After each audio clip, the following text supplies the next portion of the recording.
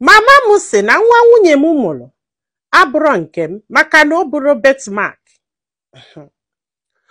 Ofu nwoke sị bụ na nwunye na afụli ya mgbe o pere mpe nyafu ya anya na-akpụ ya nwunye ịmagolunu maka na dịga mara mma. So nya wee bido zụba afịa mebe ọfụma mana ọ bụrụ na ya ji nnekwu ego.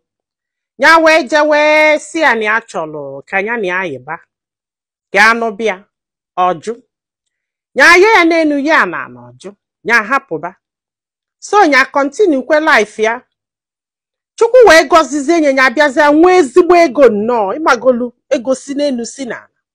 Nya wee jekwukwelie the second time o wee kwelu.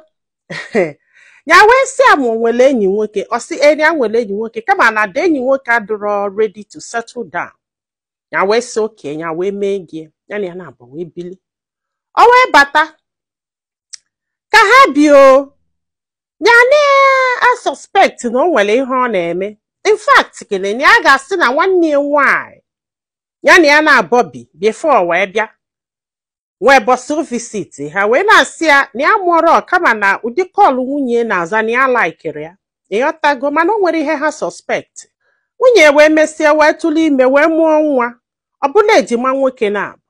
Mama ya wee bịa ọmụgwọ nọsị ọmụgwọ na mama nyanwa wee bịa ọmụgwọ wee bịa na-asị ụmụazị arụ ọ na-atụgharị ha na-ene n'ụmụaka na-eketa ụmụaka wee kpọọ ya wee si ya nna na ụmụaka abụrọkwanụ nke na o nwere birthmark ha na-ebu ma ọ bụrụ na amụọfa especially ụmụ nwoke even ma ụmụ nwanyị na ụmụaka ya nwere nke bie na o nwee ka ọdụ ịghọtago na ya jee nene ụmụaka na ụmụaka abụrọ nke okwusi enyi magonu ya batalụ mami abanasa ka mama ka ekwe ebe akụkọ nke esi.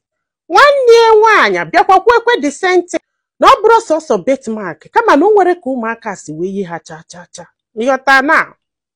So kwana ya mami ya wee si ya na ọ bụrụ na ejere nene ụmụaka anụnwa na o nwere ihe megide ka akwa ka a na-ata ha na ụmụnna akwa ifugo maka na gịnị mee nọmba 1 na Hebrew birthmark.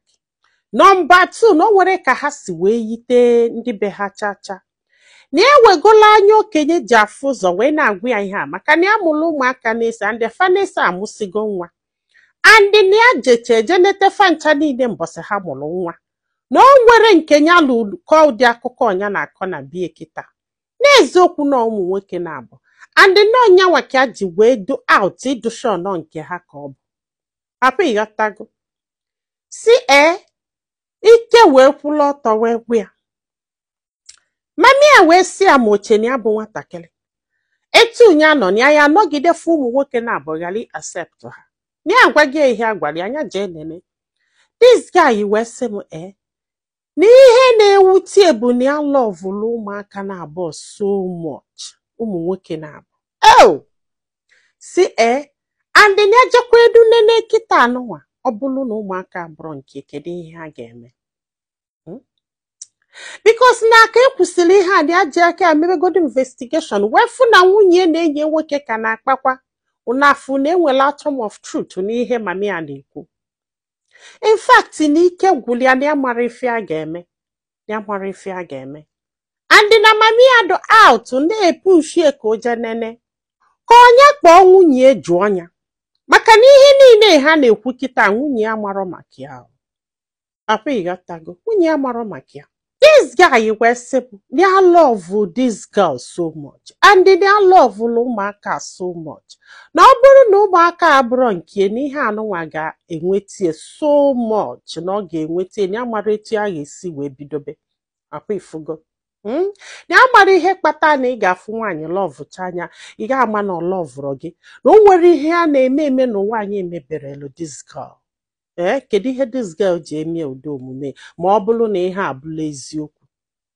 Onye jee nene ka onye ahapụba maka na ọ bụrụ na o jee nene kịta anụnwa ọ bụ na ọ bụrụ nke which means na the marriage ama ngazin on.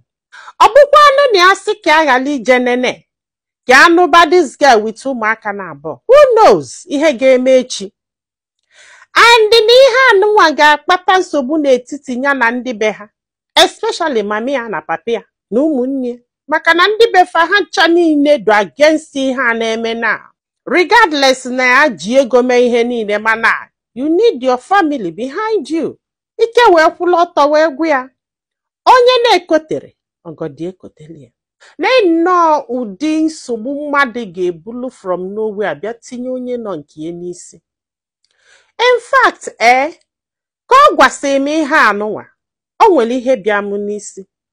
Mgbe ọbụla ị chụrụ nwaanyị mbụ ọjụ chụọ onye ebu ọjụ i wee were ego wee jee wee chụọ onye nke ịtọ ifugo na ego ka ọ love not you. So na ọ bata be gị okipuo ọnụ na love kwado ego mana onye love the physical as a human being ọ ga-ekipukwe na love onye afọ. Agbara m ihe ndị mmadụ ji wee chee na iji ego wee nweta nwaanyị dị oke. Ọ dịrị oke. Ọ dịrị oke. Ọ bụrụgodu na ihe emere ọ na ihe a bụrụ eziokwu. Nwaanyị afọ kedu etu isi che na ọ ga-esi ka na love gị ma ọ bụ na ị gafe adrozi? Ị na-echekwa nke afọ. Achọrọ m conclude but ihe anụnwa be lesson. Gwa anyị ihe ilo na comment section maka na ọ ga-enyelu nwa okolobịa aka iji ma ihe ọ ga-eme. Ma nyekwazialụ m aka tụsa ozi a ka olu ndị ọzọ ntị. Ndị be anyị daalụnụ ka ọ dị n'ụbọchị ọzọ.